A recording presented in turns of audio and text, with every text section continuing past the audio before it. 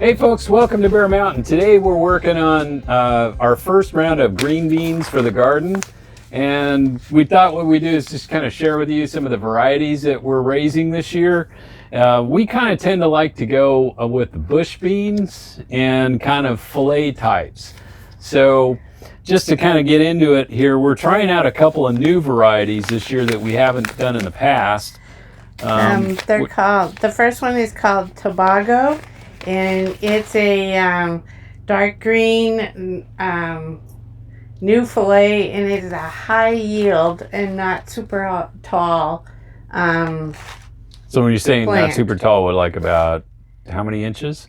Doesn't say. So probably normally get it in the camera. We're talking about a plant that for bush beans we like to raise are about maybe they're 24-inch tall, somewhere in that neighborhood. And I believe this was the one in the picture. It's either that one or Compass that was just loaded with thin filet beans. Yeah, which is our favorite. Yeah, and we like those guys because they're heavy producers, and we are able to then like freeze a lot of them. These the next one is called Compass, and it's the long fillet. So it's thin like and over long. 7 inches, wasn't it, or something like that? So right. But these are all green, right? Oh yeah, and loaded. So they're not like purples or anything like that. No, just traditional green beans that I chose this year. And these two take 54 days to produce a bean. Right. So, and germination is, well, that's the other thing we wanted to talk about. Normally, we would have started these probably a couple weeks ago, but it's been so cold at night, so rainy, this is the first week that we're actually going to be close to 50 at night. We've been down in the low 40s or even in the high 30s all the way through pretty much last week. And it's been very rainy, too. Yeah. And so we've just decided that when we look at the long-term forecast, we're going for it. Right. Now we're in zone 8B, kind of what's called the maritime area of the Pacific Northwest, meaning, we're on the west side of the Cascade Mountains. So we have more of a coastal influence and not a high desert influence like on the eastern side of the Cascades. They're in a kind of totally different, depending on their altitude and things like that. So they can actually warm up, and they're drier than us this time of year. So for us, though, we don't want to get our beans in the ground if the soil temperatures and the nighttime temperatures are below 50. What typically happens for us, and this also holds true for a lot of warm season stuff, they just sit there and then they become kind of stunted or slug bait, if you want to call it that. And so what we wanted to do is to make sure that, the summertime we're now moving into getting enough heat units to get these guys to grow well. Yeah, and I think we're kind of at that point now. But from normal circumstances, we would have already actually had our first round of beans in the ground. Oh yeah, by this time. We did one year. We did four successions, and I don't think we're going to be able to do that. Yeah, well, so we'll probably get 3. So what we're going to do. And since we want to put a lot of these up, we want to freeze them, or we even want to can them, we're going to do probably a bigger rotations than we have in the past. Normally what we'll do is we'll plant like in one succession, we'll plant maybe a 10 to 12 foot row or a bed of them pretty intensely. And then from that, we'll go about 3 weeks later and we'll plant another round. And then usually for us, our last succession, usually we would plant right around somewhere after the 4th of July into the 10th of July, somewhere around in the middle of July. We did one really late, and it just barely came in 2 years ago. Well, what we kind of noticed was, it's like all things, when they say like, oh, the beans are 55 days. Well, that's 55 days at like optimum. So when you say optimum light, day length, optimum temperatures, and things go pretty well. But what you begin to notice is after you've gone past the longest day, 55 days stretches out to 60, 65, or in cases like, you can say, oh, I'm planting these at the end of July and it's still really warm and August is nice and hot and everything. But the day lengths are declining. So the amount of sunlight they're getting may be going down, even though your daytime temps may be, really spiking up. And that holds true, the further you go into like September.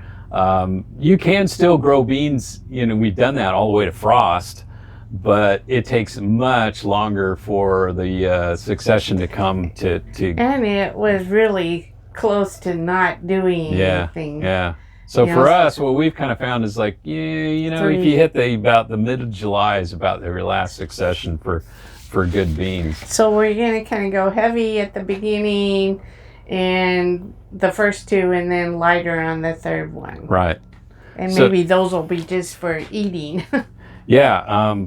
We'll see how that goes. But, with food and everything this year kind of getting a little more expensive, so we're just going to kind of up our plantings of these things to kind of give us a little more in the bank, so to speak, for, the off season.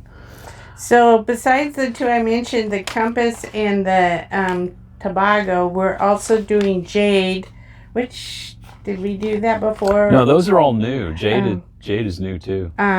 Jade is another fillet bean, kind of long, and it's the one that's most heat tolerant, so that's a good thing. But our big, as you can see, the big sack is the Maxibel. That's our favorite. Right. We've grown that for several years. It's consistent, it's tasty beans, comes up well, and it's 50 days, It had a good growth habit.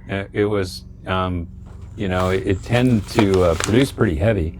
Oh, yeah. And in the way of, can you go in and pick a huge bowl of them at once to make the effort work, well, when you're freezing or canning or whatever. It's the one that gives you just a big, huge... we would go out with these, large stainless steel bowls. You probably guys have seen these things before, where they'll hold at least 3 to 4, maybe even 5 pounds of beans in it, pretty easy. Right. And what we'd find with Maxibel is we could take like a 10, 12 foot bed of these things and, just pick it and clean it, and would fill up the bowl really big. When it comes time to processing, you've got a few to process. Yeah. Instead of, just kind of, so they kind of go into a heavy production, and they'll actually produce a little bit more, kind of a second flush, so to speak, but it's never as good as the first first big flush on it. So that's why we tend to do more successions of it than trying to just plant, tons of them all at once. That way we kind of have a continuity through the summertime. That, we like to eat them. Yeah. So when we plant our beans, we tend to do it on a pretty intensive basis. So a lot of folks just direct plant the bean seeds and let them, come up as they are. But what we're trying to do is we want to make sure we maximize the space and we don't have dead zones where bean seeds didn't come up or the plant was deformed or something of that nature. So we'll use these 6-packs here, similar to what we do with a lot of things. And we'll sow for each succession, since we're going to be doing it like on 10-foot long, 3.5-foot wide beds, that we'll do 2 trays of these guys so that we make certain that we have enough. And that way, if whatever doesn't come up, we still have enough to plant. And we'll plant them on kind of like a grid that is... the plants are about 9 inches apart in kind of a square grid, and then we will plant in the center of that square. So as an example, you'd have a bean, and then a lower, 9 inches down, another bean, and then we put another one right in the center. So think of it as kind of like the side of a dice, that's the 5 side. That's kind of the pattern that we plant this in, and it gets good coverage over the entire bed. And then we get really good production out of that. Also too, by planting so intensely, it really shades out the weeds pretty fast. And with these bush beans, they kind of support each other, so it actually works out, that we get pretty good high production. The only other thing, that's a little different than maybe what some folks do is in our mix, what we tend to do is we'll start with a base thing like Pro Mix, BX, and then we will add extra, we'll add some vermiculite to it, but we actually add a lot of perlite to it to lighten it up. And then I make it about 5% of worm castings that we raise ourselves. So that's got enough nutrients in it to really kind of give it some biology to get started. And the planting process is, we use our handy dandy fence rod dibbling stick. And basically what we're going to do is if you look at a 6-pack, we're just going to, make a dibble hole right in it. It's big enough for the bean. And then we stick the bean seed right down in there and then cover it up with a little more of the potting mix, wet them down pretty good. And in our greenhouse at this time of year, we don't even need supplemental heat, bottom heat. Those should germinate in about probably 7 to 10 days roughly. Yeah, they're 1 inch deep is what they recommend, and the optimum soil temperature is 70 to 90 degrees. Yeah. But it's pretty warm in here. If we go into, I'm looking at a thermostat that's set, that's on, but the heat mat's not plugged in, and the thermostat says it's 78 in here already. So we're kind of... got one that says 68, and that one over there says 78 also. And it feels 78 in here.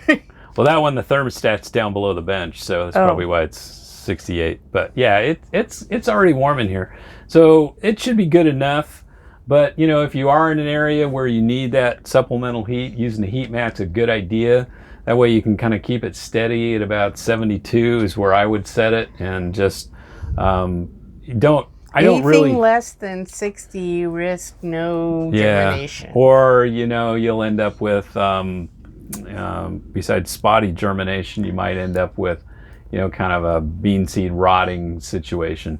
You don't want to overwater these things. So what we do is we'll take this mix before we put the seed in, and we'll give it a good soak, so it absorbs a lot of water. And then we'll plant the bean seeds, give it a little bit more water after the seeds are planted, and then we don't water it at all until germination. You can use a humidity dome over it, but actually this time of year it's not really necessary. And so if it looks like the things are going to start to dry out, you could give it a little more water, but you want to kind of err on the side of just maintaining moisture but not too wet. And so coming in every day and go, I'm just going to soak it with water, it's probably not a good idea for beans, because particularly in this kind of thing, you can encourage rot. And actually, I would put a humidity dome and then not come back and look at it. Well, I'll look at it, but not move it or anything. Then that will hold enough moisture till they germinate. Yeah, the only thing I would agree with you. But we always argue. You know how I would do it? I would compromise. I would use a humidity dome, and they do sell some of these ones that are a little higher, and they have a vent on the top. Yeah. So if you can get some air in there, that's good. But you don't want too much, like it to get hot under it, and then it just kind of like you encourage growth of stuff that I'm always leery about. I know, we debate this each time, They both work, but I'm always kind of on the air of good airflow, particularly this time of year when it's already warm. Okay. Yeah, we just don't have many of those tall humidity domes. Hey, we do. We got not a lot. Well, when we were doing mums. Well, okay. Yeah, we still got them. All right, you're right. See how I'm just dominating? Never mind. She's making faces behind me, right? Yeah, see? Anywho, that's kind of the basics of it. And then, like you said, we'll start, another round, second round to be, about the middle of June-ish? I would think that's about right. Yeah. And then one more, like, around the second week. Right after the 4th. Right after the 4th of July. Well, somehow try to get in there like 3-week type things. But that, and in the past, what we've done with the beans like that, we've been able to put up Just about enough that you can have some beans once a week for the whole year. Right? Yeah. 50. So I think what we did is we froze them in 8 ounces of beans in like freezer bags, and then we put we said, okay, we wanted to do it have enough for like 30 weeks and something like that, So and 3 times a week. We're gonna go bigger this year. Yeah. And we're gonna get out the pressure canner and can them, because we get the freezer so full that there's not room for everything. Yeah. And just gotta get brave with that pressure canner. We've done it before. But Well, the nice thing too is just in case, they're kind of saying on the West Coast we might have power interruptions, but hopefully not. It's just more of a case of the freezer gets full fast. Yeah. So that's why we're gonna pressure can. Yep. So that's it. Basically, the beans, starting the process. We're going to be doing a lot of other things this week. We gotta get the cucumbers started for pickles and fresh slice. We're gonna get basically all the warm season stuff started.